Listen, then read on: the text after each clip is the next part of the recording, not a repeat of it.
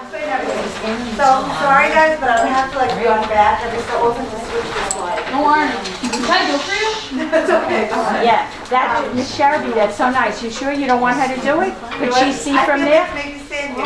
No. But I want you to do your sheet. It's okay, if it starts to get challenging, okay. So, basically, As I said, anyone not get a sheet or marker? as I said, Yeah, do you have more sheets? we have to stop. Yeah, are there any more sheets? Okay, we have to. Should I go through them? Okay. It's okay. There's only this one. So that one is kind of cool, we just get to your own living. Okay. Okay. I'm sorry. Someone? They only have one. Let's not. Recommending for that We only have Couldn't get. I know. Okay, Eva, she's gonna need more copies. Everyone ready? Okay, start, all right? Ready, set, go. No talking. Okay. Do your own thing. My name is Naomi Dweck, Dweck is my maiden name. And right now, I am a licensed creative arts therapist with a limited permit. So basically what that means is after college, I went to grad school for art therapy. And right now, I have a license in the state of New York to practice art therapy. But with the LP at the end of my name means that it's a limited permit, which means that I'm not fully licensed to work on my own, but I have to work under someone else who's an art therapist or a psychologist, someone who could supervise me, which means I'm still in the beginning of the process. And after I get a certain amount of hours of working, I'll be just the LCAT without the LP at the end. Okay? So that's what my letters stand for. And you'll understand more as I go on, but I guess I wanted to start by asking you guys, how many of you are considering or interested in pursuing a career in art? Is that something a lot of you are interested in? Cool. And how many of you do like art as a leisurely activity now? And do you guys, for those of you who do you consider yourselves artists? Because I know that's like, I'm hearing some yes, I'm hearing some not so much. Okay, so I'll tell you myself, I never really considered myself an artist. Art was just always something that I liked to do. And as I moved on from high school, I used to do art with Miss Novetsky. Yes. So I always did some extra art, like in junior and senior year of Miss Novetsky, and then I continued with it in college. And then I started to realize that even though I didn't consider myself an artist, art was something that I really enjoyed, and it really, did something special for me. It made me feel relaxed. It made me, feel just in a different kind of, if I was feeling stressed out that day, I would doodle, I would color, I would do one of these coloring sheets, and it would just make me feel better. And I felt like that was really, once I learned about what art therapy was, that's really what it was about. Okay, so what you guys are doing right now is called a mandala. So that's something that people use in art therapy, but now you can see it a lot in those like coloring books and relaxation programs all around you. So before those, that was really an art therapy term. And it basically is a spiritual and ritual symbol, and it represents the universe. So the circle is very symbolic, and it's very whole, and it's very grounding. So like it says here, it represents wholeness and balance. And it's really used to really promote relaxation and promote a safe space, and make you feel grounding and kind of relaxed. And that's why I felt like it was appropriate to have you guys do this while talking about the future, because that could be a little stressful and scary. So, like I said, it establishes a safe and sacred space. It promotes balance and helps focus attention, and it aids in relaxation and meditation, and promotes mindfulness and self-soothing. So that's what you guys are doing it now without even knowing it. Maybe. Sorry. But then you asked me what to say. Thank you. Okay, so I graduated here in 2010. I don't know why I'm here talking. And and I was very interested in psychology. That's how like I got started in this field. And I always thought I wanted to be a mental health counselor. That was like my goal. I went to college and was like, that's what I'm going to do. I'm going to be a psychologist or a mental health counselor. And then as like electives in college, I started taking a lot of art classes. And before I knew it, it kind of added up to a major, a studio art major. So then I had a double major in psychology and art. And when it was time graduation was around the corner and I was talking about grad school, and I was like, oh, I'm going to go to Brooklyn College for mental health counseling. I kind of knew it. And then that was when I heard about art therapy. And I was really going back and forth about which one I would want to do. And I kind of landed on art therapy because it had all that mental health counseling encompassed, so that aspect of helping people while using art at the same time, which to me was so powerful. So then I went on to the School of Visual Arts, and I got a master's in professional studies in art therapy. So that's basically what the program was called and what you graduate with when you go to the School of Visual Arts. There's a few different schools in New York that have art therapy programs. They're all kind of a little different, the names of them, but basically you graduate with a degree to be able to go on and practice art therapy in a facility. Okay, so I wanted to show you guys very quickly because we started a little late. But one of the very important things about when applying to even the school for art therapy, especially when you don't consider yourself an artist or collect your art over time, is that you need to hand in a portfolio. So when I heard this, I kind of got very stressed out and nervous because I said, I don't have a portfolio. I just like art. I'm not an artist. I don't do this kind of thing. Let me go back. Go minimize it. I have another. Oh, this one. Okay. So you just spin through as I go. So basically, what I did is I started taking pictures of just random art that I had, even art from Mr. Nemetsky's class, art from classes that I took in college, anything that I had lying around. I just took a picture of it. I talked to one of my, actually at the time it was my sister-in-law, who was really good. You just scroll through. Yeah. Who was really good at working with computers and stuff like that. And she helped me take all the pictures and make them look fancier than they were. I put them into this, keep going, just keep clicking. And put them into basically this slideshow, and I just wrote a little title under each one, and before I knew it, I had 20 pictures from a portfolio of nothing. I took a photography course, that was from there, keep going. Like, so many basic things that I just had lying around. Wait, what do you mean? You did that? Yeah, so Photographs and what? Photographs, paintings, this is like, What was the thing right before it was like that? What was that? oh, that was a paint. So at like random projects that I had done in college, like I took a painting class, I took all introductory courses. So like I took an introduction to silk screen printing, so that was that. And I was like, I don't think this is that good, but I'm gonna put it in anyway because I needed 20 pictures, and the truth is, once I edited it and put it all together, it really looked professional. So, I mean, this, you can just keep going, but I want to get back to this.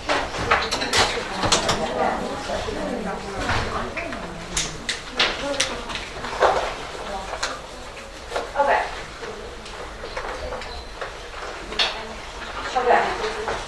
So now, we're staying on this for now.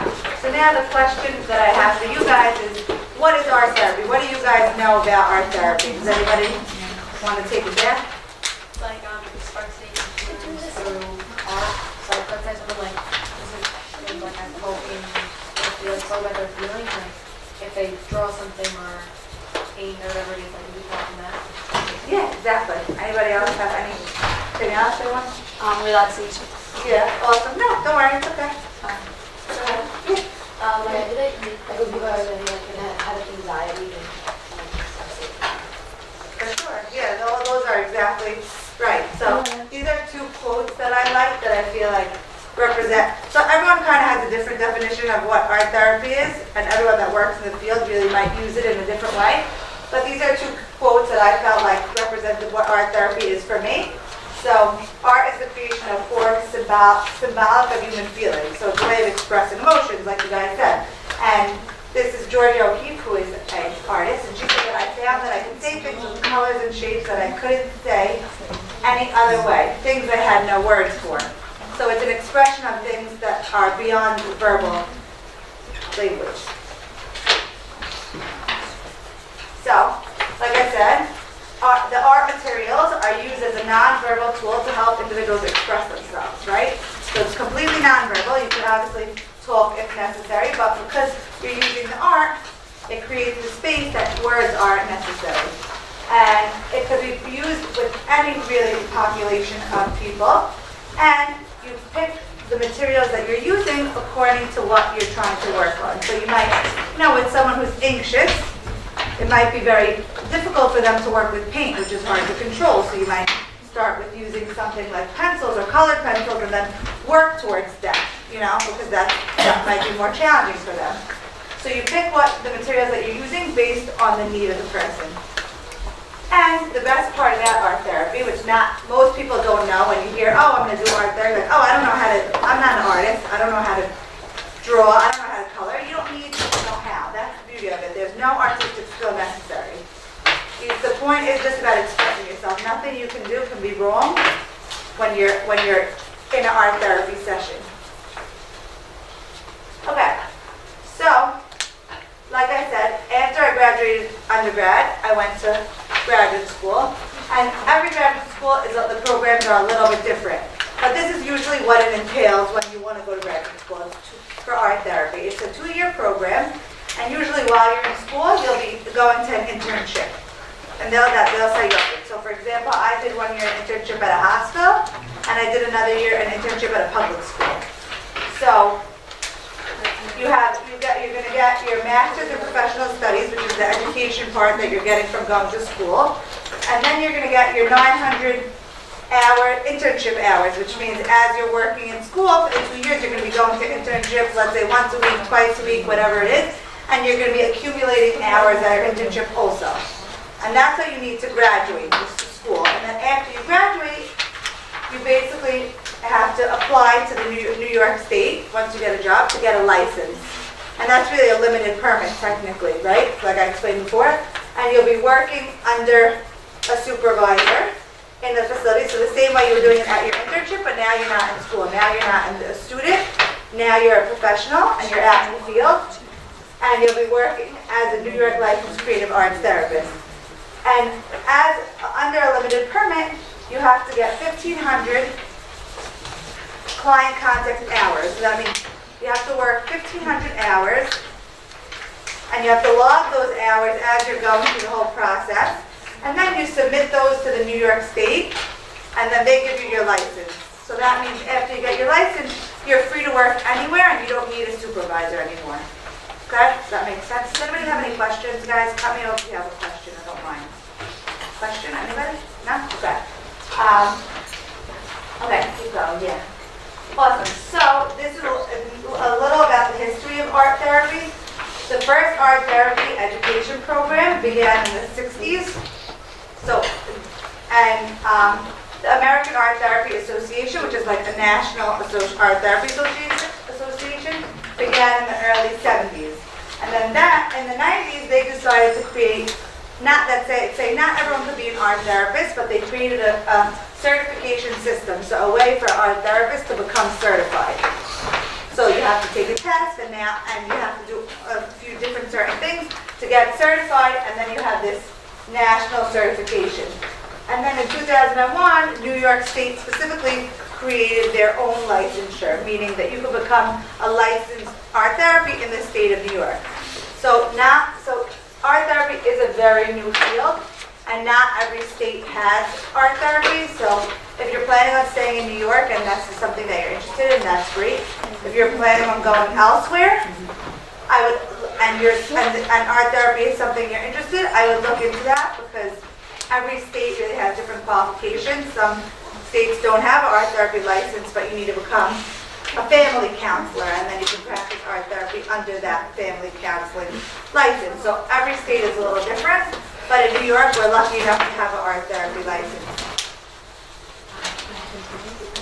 Okay, so some of the benefits of art therapy kind of people that we work with, and then I'll get into a little bit about what I do. But you can work with behavioral needs, so children who struggle with impulse control or poor frustration tolerance, anger management, ADD, ADHD, poor concentration, kids who need start to work on social skills. You can work with families, with people who are maybe going through transitions or family stressors that are going on, social stressors, educational concerns. You could also do art therapy in a group, which is great to improve social skills and interpersonal skills, like I said before. And individual sessions provide really an individual safe space to explore identity and build self-esteem. So it really could be used with anybody and in any kind of setting. Okay, so a little bit about what I do now, and I'll give you an example about art therapy that I did with a client and how it helped, and then you guys will let me know if you have any questions. But basically when I graduated in 2016, part of my final project in school was to go to a place that didn't have art therapy and to pitch art therapy to them. So that's gonna, if you're looking into going into the field of art therapy, that's very important because art therapy, like I said, is very new in most places, and some people never even heard of it. So you have to be able to go out and defend your field and defend what you do and defend how it's different from, just being a regular therapist or a regular psychologist. What additional things and positive benefits you have versus hiring somebody else. So you really have to do that in any field, but in art therapy specifically because it is a very new and upcoming field that most people never heard of it before. So that was my project for school before graduation. Go to a place that doesn't have art therapy and basically get them to hire you. That was like they don't have to hire at the end, but get them to know about art therapy, and that's one more person that knows about the field. So that way you did your job, basically. So I said, what better place than Sephardi Before Colleen? I know they have, which I think most of you know, SBH, but I know they have art therapists in the cancer center, and I know they had some art therapists working with seniors, but I know they have a mental health clinic. They have a clinic where people go for therapy, and I don't think they have an art therapist, so I'm going to go, and I'm going to pitch them the idea of art therapy. Wow. So I showed up there, and I basically, the woman that I was supposed to meet with forgot we had a meeting, and I had 3 minutes to pitch art therapy. So I had a resume, which you guys will all by then have, and I used something which is a directed book. So I have it here, and I feel free to pass it around. It's kind of a book of different directives, which are different almost projects, but an art therapy term. So the first page is what is art therapy, so it's a little sheet like to give people information about what it is. And then it's all different kind of projects and things that I would do with clients and how it would help. So this is, and then a copy of my resume in the back. So I handed this to her and I said, here, look through it. I'll even come pick it up another time and let me know what you think. So I think in that way, having something like, even if you're not looking into this field, even if you're going to go and be a graphic designer, or you want to work for a nonprofit organization, anything you want to do, it's always beneficial to have stuff with you to show what you do and how you do it differently than anybody else. So this really helped me get to her in that 3 minutes because she skipped through it and she said, oh, this looks so great. I never saw anything like this. Email me in a week and let's meet again. And that's all it took, 3 minutes of her looking through a book like this. I'll pass it around if you guys want to look at it, if you just want to skim through it. But it's something that I recommend no matter what field you go into. Have not just a resume, but have examples of things that you've done in that field that make you different than everyone else that's applying for that same job. If that makes sense. So I used this book, and it turned out after a few emails back and forth and through the summer months, in September, they hired me to work there. And I've been working there now almost a year and a half. So I'm still there, and I'm the only art therapist there, which is really, really great, and it's a great opportunity for me to spread about what art therapy is and how it could be helpful and beneficial. So now, go to the next. Okay, Now I'm going to give you an example of art therapy. This is not someone I worked with at SBH. This is someone a long time back from an internship at a public school, so it's not anybody you would ever know. But anyway, the important part is that's completely confidential. So I'm just going to give you some information about him. He was a 6-year-old boy, and they referred him to art therapy because he said he has poor frustration tolerance. Do you guys know what that means? Poor frustration tolerance? Right, so he gets frustrated very easily. He can't tolerate frustration very well. So like, you know, if he can't zipper his jacket or if he doesn't get something that he wants right away, he gets really frustrated and agitated very quickly. Poor impulse control, so that's something he couldn't really control his impulses. He was very fidgety and always running around and couldn't sit still. And overstimulation. Oh, thank you. And overstimulation, okay? So that was really why he came to me. And imagine, this is a 6-year-old boy, so imagine 6-year-olds don't really have a lot of language. So there's not much to do with them. You know, you can sit and talk to them, but how much can you get from talking with a 6-year-old if they don't really have a full grasp of how to even explain themselves or how to explain how they're feeling. Developmentally, they don't have the ability to do that yet. So I use clay, because clay is a tactometry, right? So you use your hands with clay, and it can be really grounding. So if you ever played with clay or like Model Magic or Play-Doh, you know, it's really relaxed slime. I know slime is all the rage now, right? Yeah. Everyone's obsessed. You know, it's very relaxing to play with it in your hands, to feel it, to make something with it.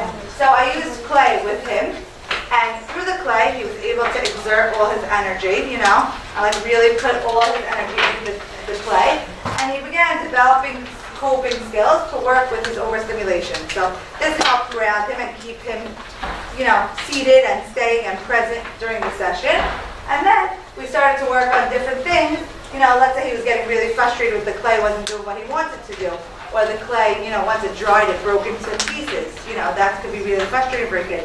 How do we fix that? Can we fix it? Do you need to fix it? You know, working through all these problems on a very basic level helps teach these skills that are necessary.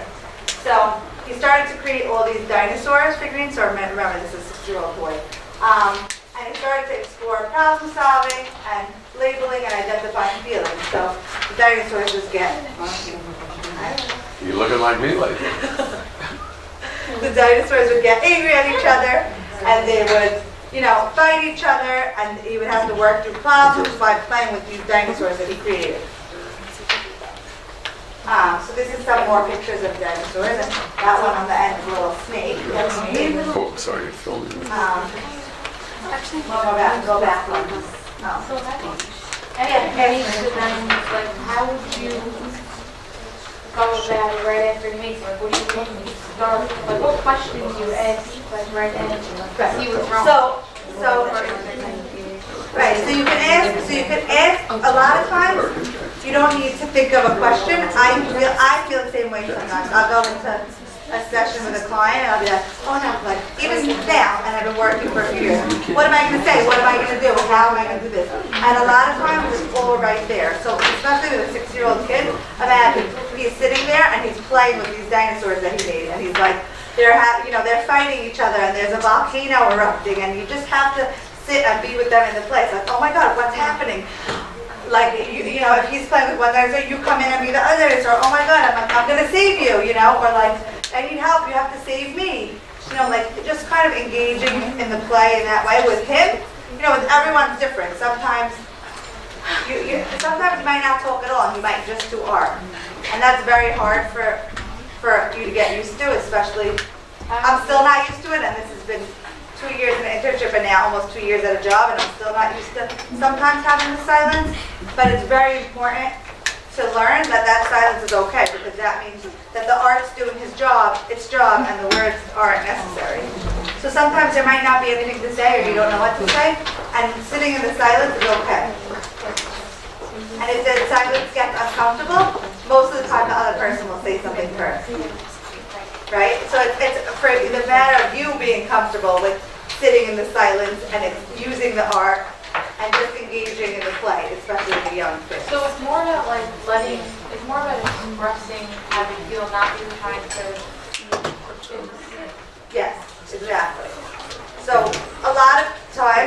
what I thought also. When you go into a field like this, you think that, oh, you're going to go and you're going to help people fix their problems. You're going to give them advice, you know? And, and it's part of it. You are going to do that a little bit at a time.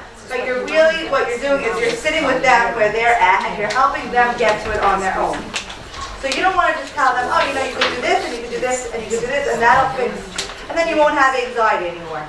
Because it's not so, it's much easier for them to actually do something when it comes from them. So if you can work with them through a problem and someone can get to the point where they can say, you know, oh, you know, maybe I have to like take some deep breaths or like do this kind of exercise before I go into a test that makes me feel really nervous. Or, you know, if they can come to the idea on their own of how to help themselves, then you did your job because you helped them through it. You sat with them while they were anxious and while they were uncomfortable until they got to that place where now they're feeling better.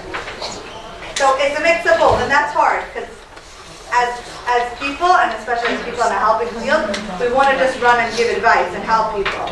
And even till today, I do that all the time, and I have to pull myself back and stop myself. And my supervisor will even tell me, you know, Naomi, it's not your job to fix it, it's your job to help them fix it and to help them sit through it. So that's a real important like indicator in these kind of fields. It's not life coaching, it's helping them deal with Just hold the question. I'm going to hold the question so you can finish your presentation. Okay. Okay. A few more minutes and then you'll ask me questions. Okay. This is the last thing anyway, that's why this is mine. So basically, I also use kinetic sand. So kinetic sand, I don't know if you guys ever heard of it before? Yeah, it's like, exactly. So it's like sand. So for those of you who didn't ever hear of it, it's like sand that's, it almost feels a little bit like wet sand and it like smushes together and you can create stuff with it.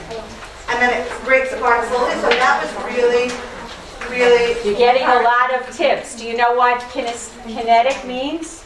Yeah. Right? That what? Kinetic. What does kinetic mean? I think it's movement of energy. Right. So that's perfect for a kid who has a lot of energy and doesn't know where to put it, right? Moving his energy around through the thing. And even popsicle sticks, building the popsicle sticks, that was really good for him and helped him. You're getting few very professional tips. And so that helped with his overstimulation and his frustration tolerance and all those kind of things. Okay, so basically, as a result, I worked with this kid for a whole year, right? A school year, from September to June. And as a result of all this, which I'm not saying it was only the art therapy, but we like to say that as a result of the art therapy, as well as other improvements, you know, I was working with the school and I was working with his parents. Like sometimes a lot is entailed when you're working with a kid, not just working with them only. But as a result of all the work that we did together, he showed improvements at home and in school. He showed an increased understanding of problem solving, which improved his anger and frustration tolerance, and he started to be able to verbalize his feelings a little more. So he was able to say when he was feeling angry instead of just yelling and screaming and throwing a tantrum on the floor. And over the course of the year, also his session time, so I started at like a half hour and I slowly increased the time, because like I said, this was a kid that couldn't sit down for that long. And by the end of the year, he was able to sit down and participate for the full hour. Wow. So Bravo. he was really able to... Any of you have siblings or you yourself were in any type of OT, PT, or therapy, you know what an accomplishment that is. Right. So that was really... And that's why I like to share this case, because it's really the case where art therapy really works. It's real. Well, listen, there's times where you can do something. Like, I don't want to only share the good, you know? There's times where you can do something and you're working with a client, and you could be working on something for 6 months, and you could think, oh, this is the perfect thing to work with this kind of person. Like, they have anxiety, and they have, you know, they have depression, or they, you know, any kind of problem that they might come with. And this is something, and this is something that I would do with anybody that has that kind of problem, and this has to work. And you could be trying it and pushing it for months, 6 months, a year, and it cannot work. And yet that's where you have to pull yourself out of it and say, okay, this might work for me, but this is not working for them, so let me try something else. These ideas worked for him, but it might not work with every kid with the same problem. So it's always a matter of looking at yourself and looking at what you're putting into it and what the client actually needs. So that's really important. Bravo. That's pretty incredible. If Okay. you have any questions, we have like Yes. 5 minutes. Okay. Only one person at a time. When you're working under supervisor, they like stay in the room. No, well, that's a good question. Great. Okay. So I'll tell you, when I was an intern and I worked at a hospital, I worked actually in an inpatient facility. So that is, I don't know if you guys know, but that's like a psychiatric ward. So I worked with people who were, and it was scary. It really was. And I was like, you know, also you like to think that we're not so sheltered, but we come from a place, thank God, where we don't see these kind of things, you know, we really don't. So to go, You can, you have 5 more minutes of questions, and then you have 5 minutes to put all this stuff back and enter it in Naviance. Okay? okay, so in that kind of setting, because it's a little bit more, you know, intense in the beginning, I was just new to school. So I was just new, it was the first month of school. Unless you're having a test. Sorry, then go. So, my supervisor did sit with me in the beginning. It wasn't individual. So he sat with me and he helped me in the beginning. But as I got more comfortable with my responsibility to really do it on my own, and then once I was working with